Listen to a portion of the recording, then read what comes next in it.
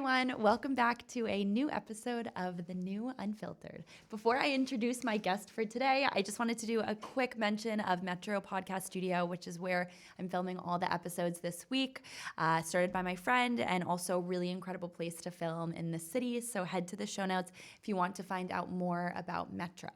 Now, those of you who don't know, when I'm not working a lot, I love to work out, and it's really become a form of therapy for me on top of therapy, which I also love. But a few months ago, I was at a Pilates studio in the Lower East Side of Manhattan. And quite often when you're at a studio, you find they have clothing or overpriced grip socks when you forget your grip socks. But this particular studio had candles, and I picked up a box and I was like, oh, this is so cute. And I loved it. So I took one home, and there was just something about the vibe of these candles that made me want to look up who started it. And I was thinking, in this day and age, right? I mean, candles, you've got high-end ones, you've got low-end ones, everything in between.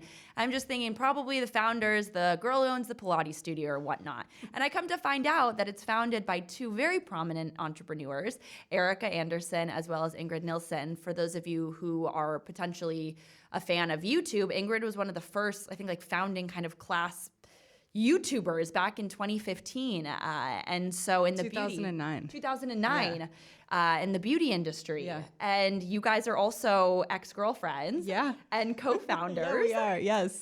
So Erica, you are also one of the first people at Twitter, the first person at Twitter to do news. Yeah. And you worked for Couric. So I just love that you guys co-founded the new SAVANT, which is what you're currently doing. Yeah. But your background in media, I mean, everything you've done, Indiana to New York, I mean, start from the beginning. Yeah. Thanks for having me on the show. Yeah. Well, I love that you found our candles, the new SAVANT, at Good Time Pilates. So it's so cool to have those IRL experiences. But yeah, so for me, I always thought I was going to be a journalist. I went to J school, Indiana University, and I moved to DC right out of college, chasing those journalism dreams. I got a day job to pay the bills on K Street, actually, at like a public affairs firm. But I started like moonlighting as a citizen journalist. The year was like 2006, and I finally got hired by MTV News to cover the 2008 election as a citizen journalist for Choose or Lose. And that was my entry point into news and into digital and into figuring out storytelling in this new multimedia environment where everything was changing. And most importantly, stories and hooks and community was everything. So I worked for MTV for a year. After that, I was like, I really want to like get inside of a legacy news company. That was a very specific goal, to try and do strategy, because like I just love figuring things out. I loved the disruptive nature of like what tech was doing to news at the time. And I also just thought it was full of promise and opportunity. I was very optimistic about it. And so I sent a few pitch emails, and one landed in the inbox of an executive at CBS News in New York, and Jim, and he wrote back to me right away, and he said, Katie Couric wants to hire someone just like you. What? Yeah. And he's like, can you come in? And so I went in that day. I came up to New York from DC. I went into the office. I met with him.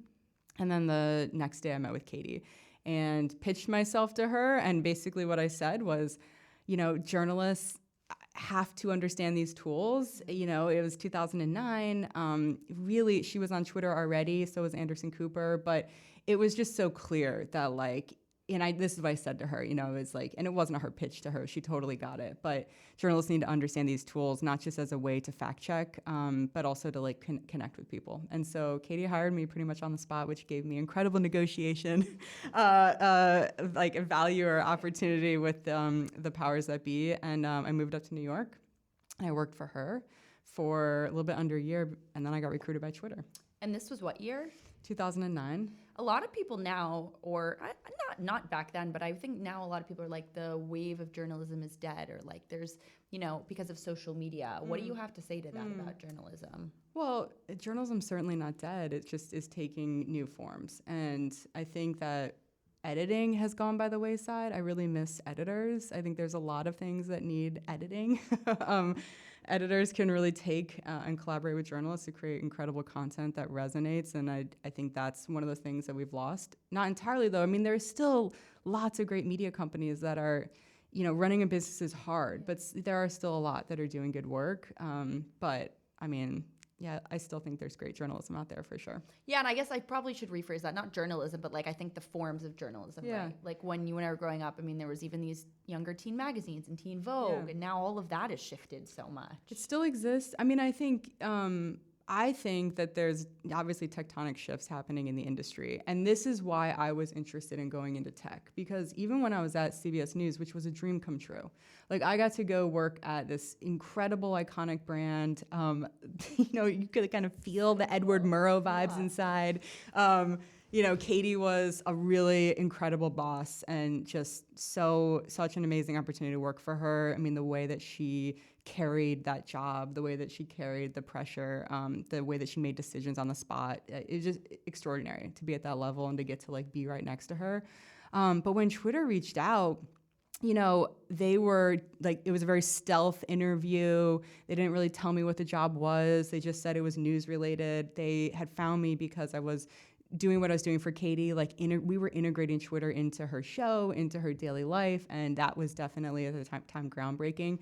And I remember like thinking about the pros and cons of leaving CBS to go to Twitter or staying at CBS. And I ultimately wanted to be in an environment where I was going to be learning and building something new. And that's not to say I wouldn't have been learning at CBS, but it just felt like much meatier to be like, oh, this is definitely the future. Like, I don't know what it's going to look like, but it is. And it's scary. Like, I didn't have a software background. I'd never considered working in tech, but I just knew that like it's where the future was. So yeah, I went out there, and when I told Katie, she was like, go out and leave your mark. Like, she was just immediately supportive, which was very cool of her.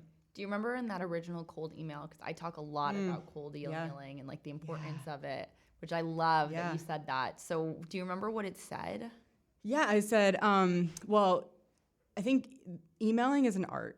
And I think I have gotten really good at it. I mean, that was my first social network, was Juno. It was my email server, like probably like 1995 or 6. I've never heard of I loved emailing. I would like make friends on spring break and then email. Yeah, I loved emailing. But the email that I sent to CBS, so I had a blog, Erica America, which I created for the MTV job, and definitely is very catchy. What do you mean you created it? They wanted you to have a blog? No, I just when I applied for the MTV job, I knew I needed to stand out, and someone had given me the nickname Erica America in DC, and I went home and I got the Twitter account, I got the URL, I don't know what else I got, Facebook maybe, but it just it just was like pithy and a helpful moniker, and branding is everything. Mm-hmm. Branding, obviously, the brand story, right? And it being backed up by values. Yeah. So, but when I sent the note to CBS, I had created a little like landing page, Eric America /CBS News,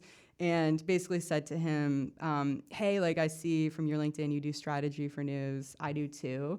I would love to like connect with you about how I could help CBS News, think about the future and social specifically. And then I had a link to that. To my website, which included some case studies of like things that I had done. And so then I got like a call back, but I think it was direct to the point. It gave them something to review, and it was actionable, asking if I could come meet. That's incredible. And I mean, I don't mean to like be staring at you, but I'm like infatuated by that because Thanks. It's so nice. I always tell someone to have a website or something like that.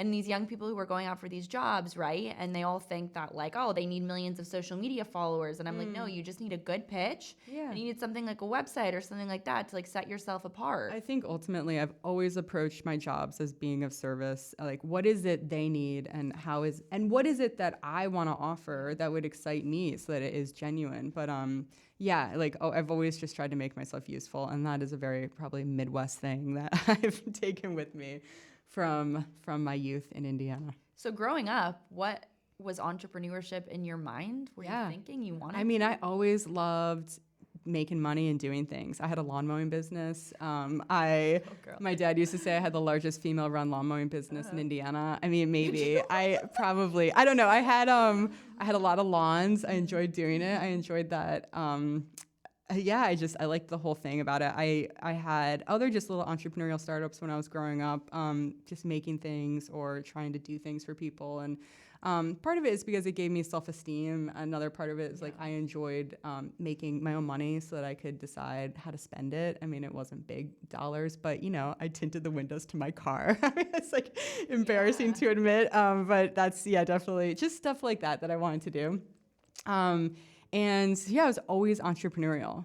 And I come from a family of, my dad was an entrepreneur. He had a small business. And my uncle was an executive at a big corporation. So I kind of growing up, I got to see what it was like to be a CEO of a international company, General Electric. He was the CEO of GE India. Wow, okay. And then my dad and my uncle ran a small business in my hometown, which was insurance.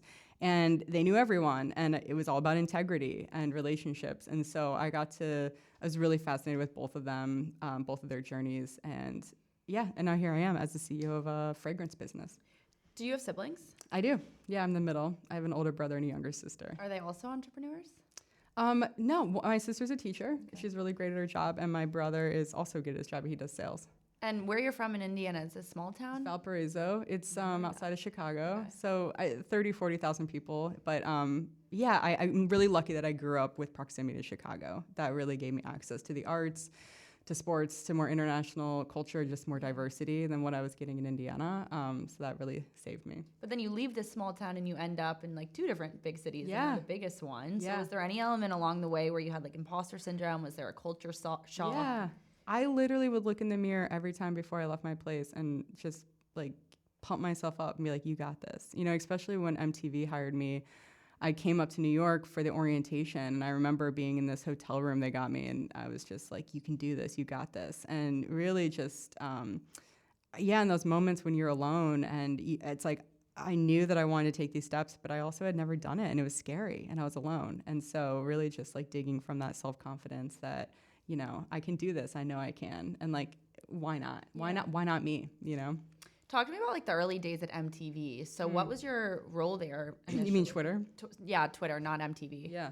Yeah, I was probably at the end of the MTV era, but it was still an amazing experience. But Twitter, so I moved to San Francisco in 2010 to work for Twitter. There was about 300 employees at the time, so it was a really tight-knit group of people. I mean, we all, for the most part, kind of know each other still, and we all had Twitter handles. We were all power users of the platform. We would talk to each other by our Twitter monikers. The company was clearly just every day something historic was happening on the platform. Why? Whether it was just starting to catch fire. So whether it was like the Dalai Lama posting his first tweet, or a massive celebrity having a breakdown on the platform, which you don't want to remember that, but just there was always something to like an earthquake happening in Japan and it being live tweeted around the world, and that being the way that information was spread. And so there were just historic things happening every moment. And, in those moments of, again, it was all like media-based stuff, the inside of the company, we would be running around, like making sure the Eng team is making sure that databases and servers were still solid. The media team, like me, we were running around making sure that the journalists who were covering this weren't getting, their accounts weren't getting, I don't know, I forget if it was blacklisted or because of the amount that they were tweeting, rate limited.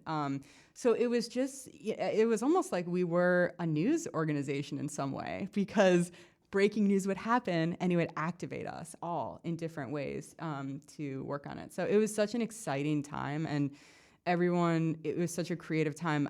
When I joined, like, no one was answering emails from news organizations except the developer relations team. So I remember this developer relation colleague, he forwarded me an email from the New York Times, and he was like, do you want to take this? And it was like a social media person at the New York Times trying to figure out why the widget on their website wouldn't work, which is a developer thing.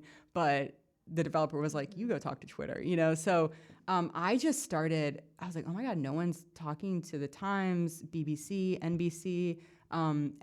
Literally no one had a point of contact at Twitter. So I just started collecting it and built up, with my media team. So I wasn't the only person on the media team. Chloe Sladden hired me. She was totally the visionary of media at Twitter.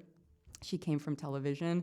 Robin Sloan, who's now an incredible author, and Adam Sharp, who did government at the time, and then Omida Shatari, who was in LA and did our VIP work. So it was just us. And we basically started figuring out ways to streamline verification. We figured out ways to provide best practices. We figured out ways to advocate for their needs and build products. Like I definitely became more product focused, which was something that really I was most interested in because product is what scales and product is where the influence is. So, you know, I really started to work over that time on building tools for journalists, advocating for their needs in product meetings and that kind of stuff.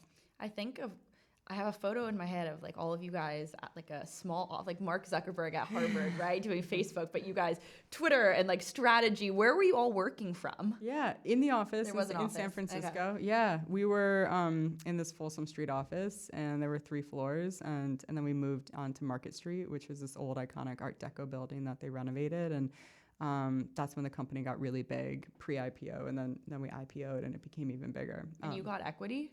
I did. You had equity. Okay, cool. And this is something I think people should talk about. I did get equity, and I didn't know if it was a lot of equity or if it was a little equity. Like I just knew I was getting a grant, and you know, and then I had to buy my shares, which is what has to happen when you join a company really small. You have to write a check for the strike price. So I bought those shares and then held them for a year and a day, and then I decided to start selling my shares while I was still working there, which. Maybe it was somewhat controversial. I think not everyone talked about what they were doing with their shares, but for me, it was a big chunk of my wealth. You know, I was pretty young and I didn't have a lot of money, and so I wasn't trying to spend it. I was trying to move it into lower risk financial products, like mutual funds and Vanguard. So that's what I did. I ended up like liquidating my stock from Twitter and pretty much as soon as I could.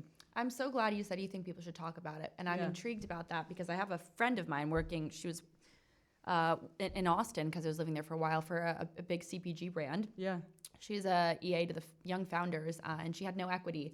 And I was like, from what I know about, you know, tech, you should ask for equity. And she's like, no, I don't want to. And so I think it's super important. I think it's good to have the conversation. You can always be told no, but you got to ask. And I also learned at Twitter asking, and I learned this on YouTube by watching YouTubers, is like how to ask, figure out if you're being paid the same thing your colleague's getting paid. So I would ask, what's your pay range? Is your pay range this and this? And that's how I started to get more information, where at one point I was able to go to my boss and be like, you know, I figured out there's like seems to be some inequity here in what I'm making, and you know, was able to like get $20K added to my paycheck. You know, like 3 or 4. I think that was like year 4.5 at Twitter. So, yeah, just asking questions I think is, you know, is what we have to do, and then take that information and figure out what to do with it. How old were you when you went and asked your boss that? Probably like 29, 30. I went to Twitter when I was 27, and I left when I was I think 31, 32. Should we? Now I guess restart it. I'm gonna have a little. Okay. Cool. Sorry, this is annoying because it like interrupts my train of thought, but then I have to think about the question I was gonna say. That's good. It's okay. Technology. It's a double-edged sword. Yeah. Exactly. You guys are all good? Okay. What's this say? Can't remember.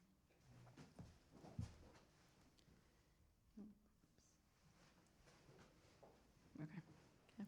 How did you have the guts though to ask your boss for a raise? How'd I have the guts to ask?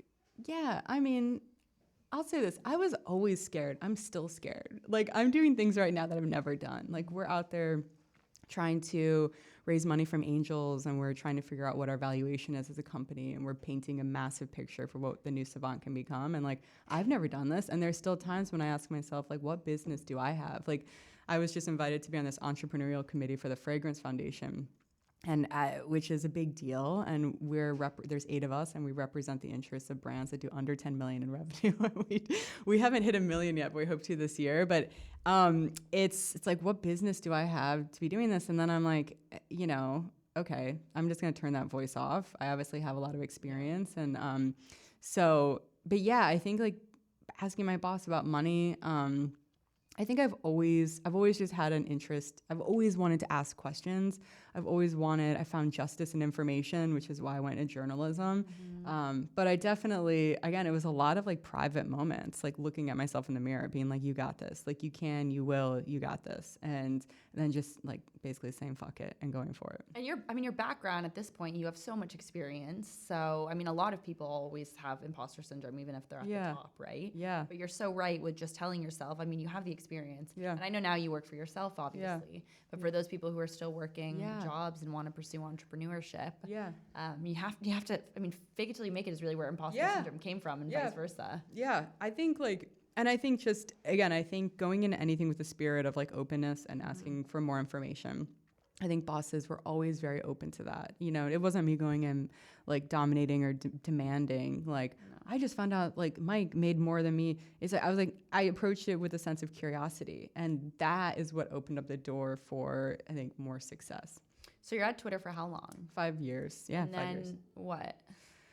I moved back to the East Coast. I honestly didn't know what I was going to do. I followed a girlfriend who got into grad school in Boston, and I got to Boston. I got to Boston. This sign is all Boston too. Yeah. I was only in Boston for a minute. The relationship didn't work, and it got me back to the East Coast, and I went to New York. I lived out of a suitcase for like 6 months, and I was interviewing. I think after a job like that, I was like, what do I do? And I honestly was very surprised what I did next, which is I got a job offer at Google, and I went to work at Google, and I was at Google for like 3.5 years. And what was the role there?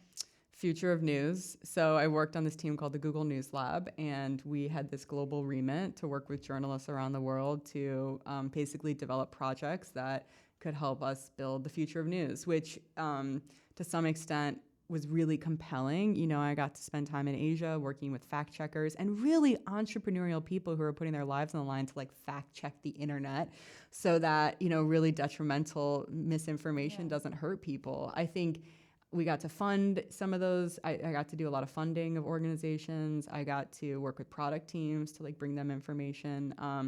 I got to meet with, you know, key influencers and key opinion makers and talk about what Google was doing. And I mean, and obviously working at Google, I say obviously, but like I got to work with incredible people. So it was a great experience in a lot of ways. And during that period of time at Google, was any part of you like entrepreneurship? I want this because you're I mean, it's very corporate, right? Yeah. Everything you've been doing. I think that's what led to this is the more I didn't want to go to Google. After I left Twitter, I was like, I want to be at a small company. And so that's why I say it surprised me that I ended up at Google. But it was an incredible opportunity, and I'm glad I took it. So I think that's just a note on like patience and timing. I've been reading a lot about timing, and timing in a lot of ways is a spiritual practice of like, it wasn't time for me to be at a small company. I got this incredible opportunity. It's very rare.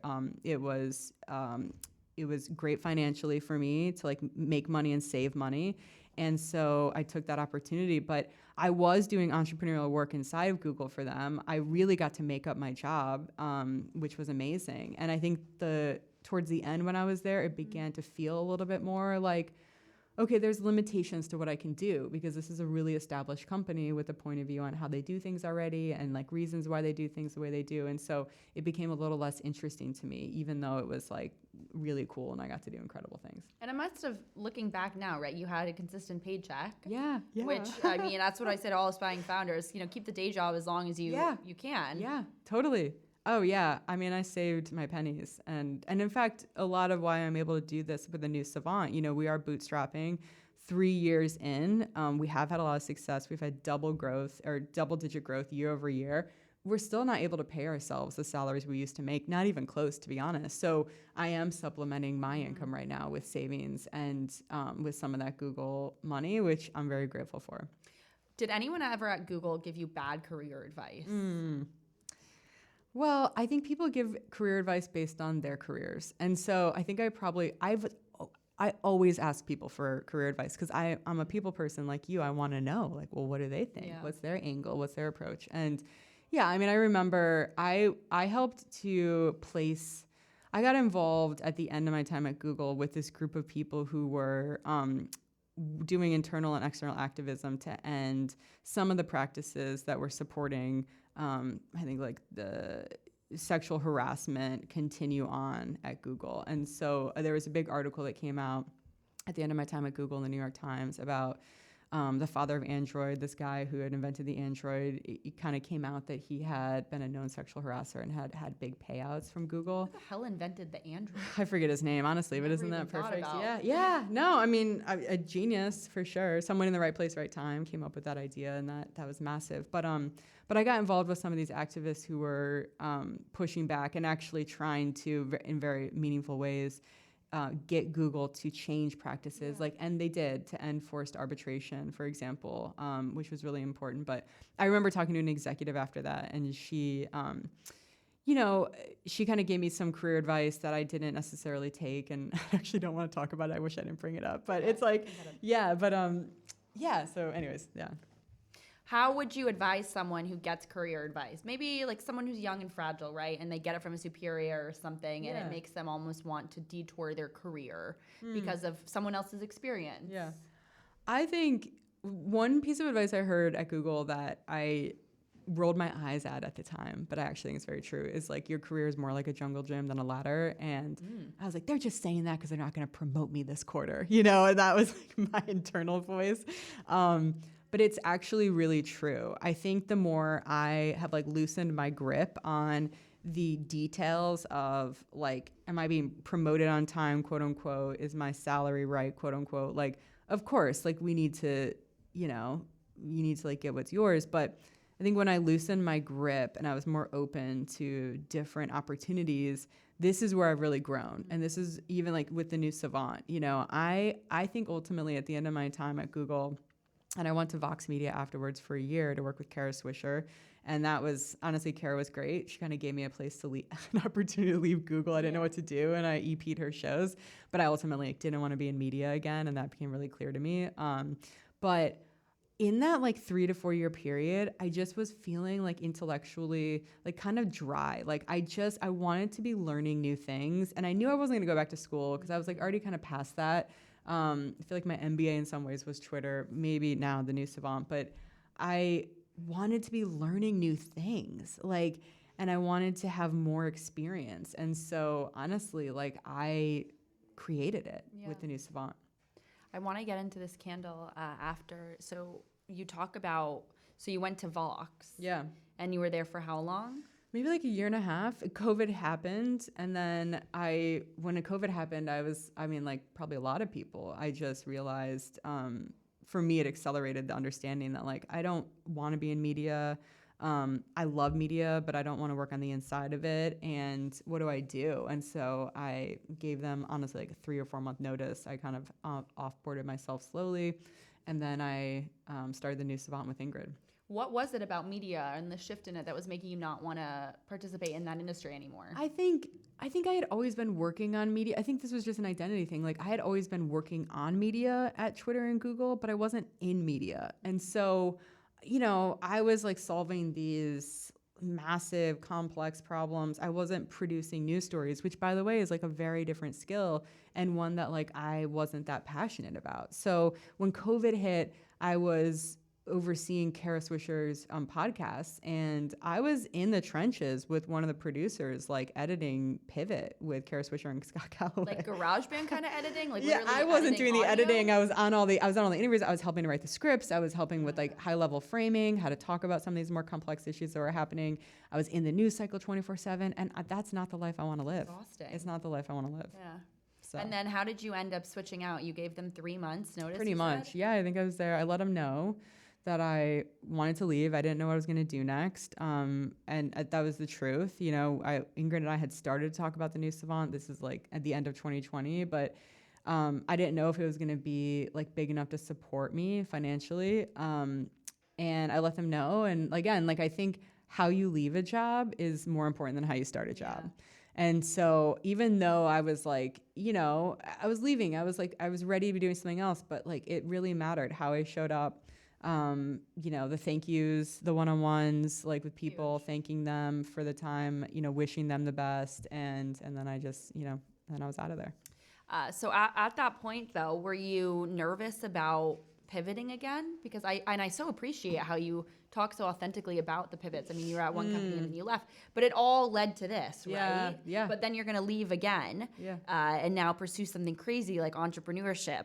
But you met Ingrid not at that point when you were leaving. You had met her prior. Yeah. I knew Ingrid for 4 years before we started the new Savant. So, and I watched Ingrid, my co-founder, you know, at the end of her chapter of YouTube, where she really was this pioneer on the platform. She developed content formats that are still used to this day. I mean, she would, you know, get ready with me. I don't know if she invented that, but she was definitely in the beginning of it.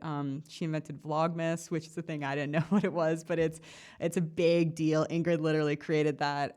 She just was always creating things. And so in the time that I met her, she was really in this moment of like trying to figure out how to wind down and do something new. She too is an entrepreneur and a creative. So we went out to Indiana at the end of 2020, where I'm from. We were together. We went to Indiana just to get out of New York City because we were there for the pandemic. And she saw a candle. She had retired her YouTube channel. It was the first time she had taken time off in like 10 years. And she saw a candle on my dad's coffee table. And she was like, I wonder how you make that. And that kind of began what now is this,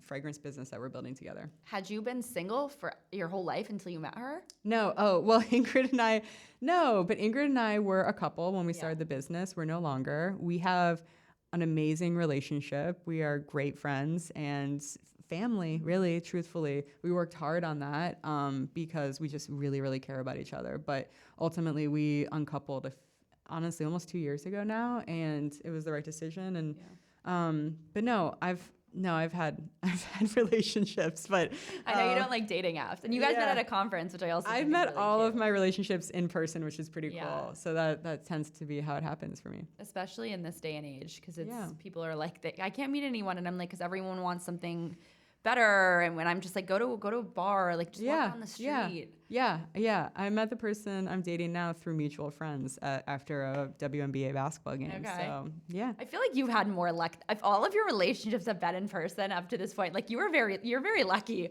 Because I think all these young people, it's all like there's no even mindset that you can just walk outside and meet someone. So you guys, you're dating, and then she sees this candle. Yeah. She's. And at this point, she had stopped the YouTube. Yeah. So you guys went on, I guess it was a vacation then to home. Yeah. Yeah. And then what part of you was like, let me get into business with the person that I'm in a relationship with as well? Because it's so hard. We were driving back to New York City from Indiana, and we were talking about this idea that she had. And I felt a very strong drive inside of me to ask her if I could be a part of it. And she had been brainstorming other ideas because she is like the visionary. She comes up with a lot of great ideas, and she was brainstorming other things, but like I didn't have the instinct to be like, let me build that with you. But when she was talking about the new Savant, I was like, can I help you build it? And she said, I'll never forget, we were driving through Pennsylvania, and she was like, I'll think about it. And I was like, cool. Yeah, that's like the right thing to do. We should both think about that because that's a big deal. And we spent a few weeks. We spent a few weeks. Like she was thinking about it, I was thinking about it, and then she was like, okay, I think we should do this together. So we got an attorney, and someone who I knew who works with CPG brands, and she basically did our business formation documents, and we did a questionnaire together as co-founders to like really talk through like how we want to run the business and what would happen if we have an exit or if one of us wants to leave. And so we really kind of had that conversation up front. And then, really, I think the key of this is like we both have a huge amounts of trust in one another. And I think when you're building a business that you're creating something new and it's high stress and it's also really exciting, like you just have to have trust. And so we had that foundation, which has been like hugely beneficial. And like, I wouldn't want to do this with anyone else. Do you remember those early on conversations when you were thinking about participating in business together? Were there things that you were like, I'm really scared about this? Not because you were dating, but more so just having a co-founder in general. Because so many co-founder relationships go south. No, I think I was probably kind of naive, I mean, the co-founder relationships that have gone south, like I've watched movies about them, like The Social Network. And I mean, I'm not Mark Zuckerberg, so. Eric, I understand. I think like I don't think I thought too much about that because I just had faith, like, I don't know, that no matter what happened, we would be able to like talk about it. So yeah, I didn't have a lot of fear going into it from that perspective. I talk to a lot of young founders and I say that sometimes being naive is the best thing. I think so too. I think it's so important. And why do you think that it is? I think like the more success you get, the more you start to overthink things. And, Yes. you know, we're bringing a new product to market. And I think we overthought it for a minute. And now we're just like, let's just do it. Like we have an audience that's asking for it. And so, you know, I think once you start to have more success, you start to think more about what the industry is doing rather than like for us, we are creating trends. We are creating scent experiences that haven't existed before in an industry that's largely driven by white, French, cis men, you know, who've told us for a century what smells good. Mm-hmm. And so it's also like an industry. So this is a through line for me of like disrupting, gently disrupting, because I do like the institutions, but this is an opportunity to do something that's like groundbreaking. And so, yeah. So I think like being naive is good. I think as you grow and you start to understand more of what you're doing, what the opportunity is, I think you just have to have more courage and more conviction of like, yeah, like this is what we're doing. It's either going to work or it's not. And no matter what, it's, you know, an incredible journey. Love that. I talk to a lot of, aspiring founders and kind of help coach them with their startups and whatnot. And I feel like because of social media and the way that you and I grew up, and I started my blog in 2011. So like, I remember the Twitter days and like I was on blogger.com, the same, like the YouTube days basically, but it was like for blogging, that same timeline. And I think back the way that I talk to people now and they're like, well, but what about this? And I need this kind of following, my TikTok. And I'm like, dude, I just started a fucking blog because like my dad was in jail and I didn't know what to do with my life. You know what I mean? I'm like, how can I get all these young people to just like do it, but not have the expectations? And I think like a lot of it has to do with the pivoting. I think there's more anxiety than ever before. Wild, yeah. I think like I have anxiety, but I think this, you know, the numbers speak for themselves that like this generation coming up based on the integration of cell phones and social networks in their lives creates a new level of anxiety that I think we haven't really contended with before and is going to have consequences. And I know that there are a lot of groups that are popping up like Gen Z that are trying to get each other to take a step back from social media and especially because like that's where that anxiety comes from. I think that like obsession of like, well, what should I need to be doing this, I need to be doing that. The pressure is immense. And I think the best thing we can do and the best thing I do in moments of anxiety is like step away and again, get back to like the root or get grounded, which is like, everything's okay. Like, you know, I'm not superhuman. I can't do 1,000 things. All I can do is like 5 things, you know, like to build my business right now. And so just coming back to that gentleness is really important to me, especially in this environment that we live in. And I hope that like the younger generation realizes that too, because like it's all going to be okay. It's funny now because on Twitter and when Elon took it over, I mean, I view Twitter now so differently. Yeah. And I would love to know like your thoughts now on Twitter as well as Reddit, which you mentioned has been kind of good for the brand. Yeah. But what do you think about Twitter and the state of it now? Because it's so different. And I ask you that because I see so many people tweet and it's always like, these workaholics and you know it's the way that the algorithm now is set up and so I replied to somebody's tweet the other day that was like everyone should be working all the time and that's how you build a brand and I was like I actually feel the best when I just stop and when I'm anxious or depressed it's the only way I can exist is just to stop. Totally. Yeah, I don't spend any time on Twitter anymore. I honestly stopped using it 2 or 3 years ago and it has improved the quality of my life. So you know, I'm not really, I don't think about it at all, other than to know at a high level, like what he has done, his first few moves to like reduce the trust and safety team, to change content moderation guidelines, like all those things are like the beginning of the undoing of what makes Twitter really great. Because what makes Twitter really great are like rules that made it so the best content could bubble up and that it's not just hateful rhetoric, which we saw in the early days, and it was really dangerous in so many ways. And so I don't have a lot of I don't give it a lot of headspace. Interesting. Okay, so you guys self-funded this. Yeah. And now you said you're bootstrap whatnot, and now you're thinking about I guess raising a full round. I mean, we're thinking about it. Okay, so the new Savant, so the new Savant, the name means the self-made path in life. So it's this idea that you don't have to have a traditional path to be successful, that, unique individuality and personality is something to be celebrated. So that's what the new Savant means. And when we launched the new Savant, we currently make premium scented candles, and we're working on other products in the fragrance space as well. But when Ingrid and I launched it in December of 2020 with 500 candles that she made, they sold out in 7 minutes. And then Where was the shop? Like on? It was all online, thenewsavant.com. And we have been growing ever since. And we put $30,000 collectively of our own money into the business to get it off the ground. Yeah. I mean, no, Ingrid put a little bit more in. Why? She has more money. I mean, anyway, she just has more money. Okay. Yeah. She did very well. And and Ingrid's just, I don't know. That's a good question, actually. But you guys are 50-50. Ingrid's a little bit more. Okay, so that makes sense. Yeah. Ingrid, definitely. Ingrid's idea. She's the boss. I'm the CEO, but she's the boss. Like it's her creative vision. She has the instincts, and also like, so what we're doing that's different is Ingrid's designing all of the scents from scratch based on her life experiences or scent notes that she always wanted but could never find.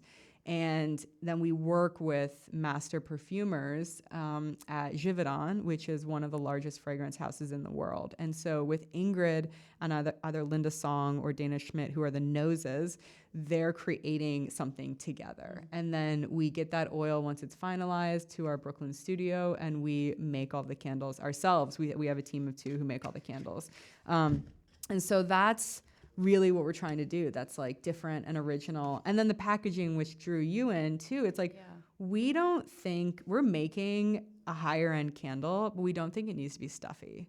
Like I think like it's not fun to take yourself too seriously. And I'm kind of like over the branding that's like very serious. So for us with our packaging, it's very playful. It brings the scent ingredients forward. So I'm looking at Sapphics in the City, which comes back for Pride. It drops May 15th, and it has notes of peony petals, muddled raspberries, Thai rose apple, spicy chili pepper. And it has, all of those ingredients on the front. Yeah, it's maybe I want to drink it. It's very food. Yeah, there's a lot of food inspiration in our scents as well. So, yeah. Okay, so it sold out then, that original launch. Yeah. And then what was the next step? Did you have enough product to fulfill all those orders? No. Well, yeah, we only sold what we had, and then we had to like figure out how to fulfill it. I mean, that was like so much work. We had never done that before. We had like, packing slips printed out all over the floor, and talk about just going for it, and then we were like taking the packages ourselves down to the post office to get it out. We were kind of hiding from her co-op. Like we didn't want them to know, we were having boxes of wax and materials shipped to her apartment, and I'm like carrying it up. And we just realized, I think one of the first risks that we took that felt like a risk for me, because I tend to have more fear around financial risks, which is something that like, I was taught growing up, which is for better or worse. But the first financial risk we took was to rent a space.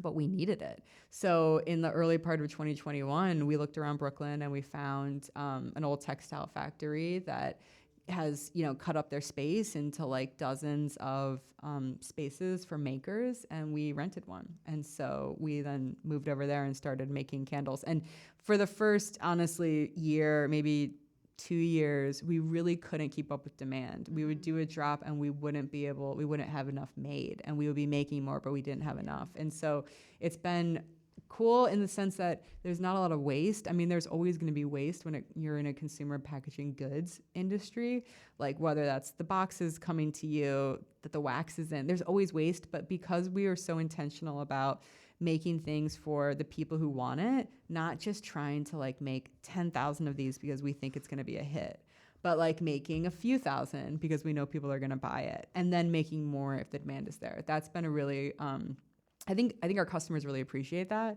And then it's also just a nice way to test out new scents in the market.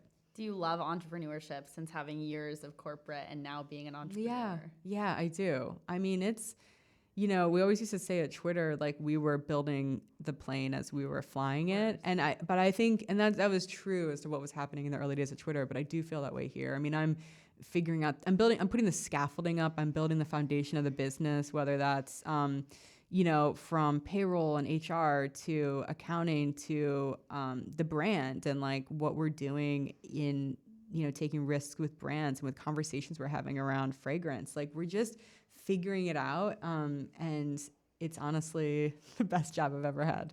Oh, that makes me so happy Yeah. because it's a hard job, Yeah. right? And it's so different. Like your family now, what do they think about it? I don't think they really get it, to be honest. I have a lot of people who support me, but I definitely think that my dad comes from a generation that, like the corporate job was the ideal. But honestly, like this is totally who I am. Mm-hmm. Like, and to be honest, like I would always regret it if I wasn't taking this risk to build something from scratch, and like what a gift it is to do that. So, yeah. You mentioned Reddit before we were filming, and I'm curious because I tell a lot of people, and my actually now ex-boyfriend is who got me into Reddit, and I realize how much Reddit is incredible, but I find for entrepreneurs and like brands and scale. So tell me about that because I've realized that. I use Reddit for everything. I use it to discover new music. I use it to learn about e-commerce software that I'm thinking about integrating. And then I also use it because we were getting a lot of traffic from Reddit, like probably like 2 years ago. And I was like, what is all this traffic from Reddit? And How did you know it was traffic? Like it was linking back on to the Shopify. website? I could see the Okay. referral traffic coming from Reddit. And so I looked it up and I found this review from a user called Surly Skinned Hag. And she wrote this review and we printed it and put it on the walls of the studio. We don't know who she is. We love you. She knows you. Yeah. Okay, so I'll read you a little bit. Though I normally rant about perfume here, I thought it was high time to talk about other good smelling things, in this case, candles. A dear friend gave me a gift card to the new Savant for my birthday, which was very fun as I had never heard of the company before, and their candles would usually be out of my price point. I picked Androgyne because I felt like it wasn't a scent profile I saw in candles very often. I expected a nice smell and appreciated a new candle, and that was about it. And then it arrived. Not to be dramatic, but I think it's the best candle I've ever had, in all italics. Let's start with the packaging and branding. Those things aren't 100% necessary for me to fall in love, though they are appreciated. I normally go for a weirder, darker vibe, but this is clean and sleek and I love it.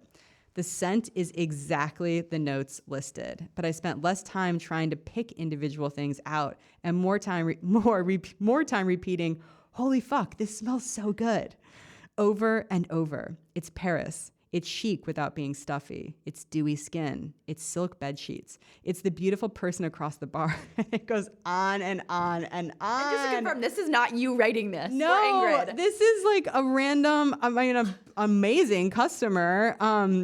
Yeah, and then like the throw is solid without being overpowering. I mean, this is when we knew. We're like, oh yeah, like we love our candles because we are obsessive and like we only want to put things into people's homes that we would burn and that we feel like is a good product. But like to see this review come through, we were like, oh, okay, people are finding it. There's like there's some organic lift that's happening that's really big. Do you remember how many sales that generated?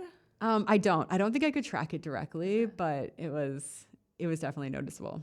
Yeah, that's what I believe about Reddit, and I think there are people who write that. I haven't written maybe like reviews like that. Yeah, no, Reddit is. Stories. I think Reddit is like a diamond in the rough. I think it's great. It's really informative. It's kind of that like message board / blogs of people with expertise, and not everyone like you can sift through it, but it's been a great resource for me on a professional and personal level. And there's some good subreddits as well, and you don't have to write about yourself like whatnot, but I've also found that there's people who have multiple Reddit accounts and will perhaps, I've done this, I won't lie, like have a podcast, right? And I'll make, messages on podcast subreddits, like, oh, great, people want a business podcast, but there's a lot of rules, you guys, so anyone listening, like, don't go just being like, I'm the best podcast, listen to my podcast. Yeah, no. You really have to do it in a very authentic, chill way. Never just mention yourself. You always want to mention like multiple. So it's I've never used it to promote, but that's good to know. It is. It's quite cool. So what's the end goal? Like you were in media for so long. Now you're an entrepreneur. These candles are obviously very successful. Yeah. Thank you. Well, I love running a business. I want to continue to build this business and to give back to our customers and to bring, like, I think in this moment of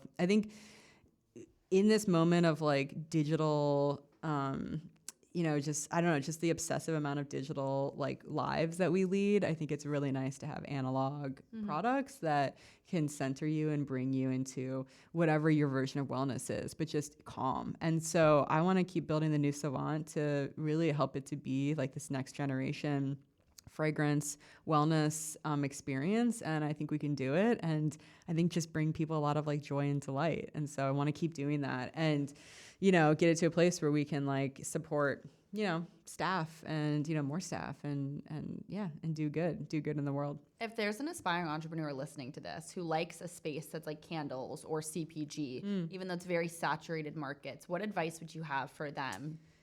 Yeah, I think like for me, like have an original idea or have an original point of view. I think in being in CPG, I've now learned that there are just a lot of people that do drop shipping where like they're not even making their own product. Their game is just selling. And I actually think that's fine. It's a totally different game but what we're doing and what some of the most inspiring founders are doing for me is like creating original products where there's a need. And so that's, I don't know. I think also like you're going to spend so much time on this. So like you might as well be really excited about it and feel uniquely passionate about it, that it like is something that resonates with you. So, and I think like don't force it, like don't force it. It's either it's time, I would just say don't force it.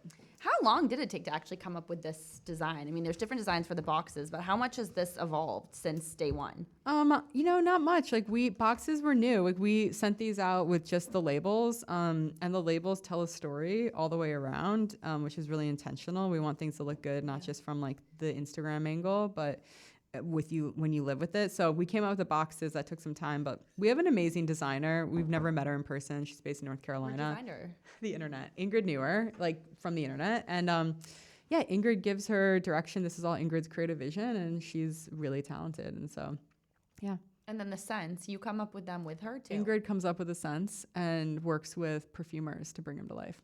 And what about some more of the partnerships? I mean, you guys have one with the WNBA. How have those come to light? And what's kind of the goal behind those? I mean, the WNBA, the partnership we did last year with the New York Liberty, the WNBA team, came about organically. Ingrid and I are season ticket holders, so we love women's sports. And they found out about us, and we made like 250 candles for them, and they sold out in like 2 games. And so this year we're coming back with a new candle that launches in June for the New York Liberty and the WNBA. And it's just like a cool way to like, I think, give them a different product in their merch store, and for us just to like get exposed to more people that we think will like our candles.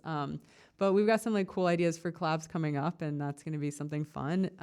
But yeah, I mean, women's sports is such a huge thing we're both passionate about, so it's fun to do that. I've never even thought about that kind of a collab, so that's pretty cool. But I think so too, because retail is really hard. Like we're 84% e-commerce right now, which is great and like envious. Like I know a lot of other founders who are retail first, like envy that. But you also like to build a brand. You want to be in retail spaces. Retail spaces are incredibly competitive. Like we are in a lot of indie retail stores, which is amazing, and that's the best because like they're small business owners too, and so it's really nice to work with them. But to get shelf space at bigger places is really hard. So what I'm proud about with this Fanatics partnership we did, Fanatics is the company that runs the merch stores at all of the arenas, so sports arenas. Yeah. So we're working directly with them to do this candle, which is just like a really cool prototype and test for us of like finding our products in new spaces. So the Pilates studio that I found these at, how did you get in there? Ingrid does Pilates there. Oh, she does do Pilates. Okay, so what did she brought her candles there, and they love them. And that's the thing is like, yeah, I mean, you see it like they sell. So then people, and that's the whole thing you got to prove is like, does your product sell? And does the product sell when you're not there pitching it? Yeah. And that's a big deal. So the fact that we have these customers that are coming back to us who are like, yeah, it's selling, it stands alone, and people buy it. It's a huge deal. So. I was going to ask, how much of the success to date do you think has been attributed to the fact that she's a founder who came from this very large platform? Yeah, it's a good question.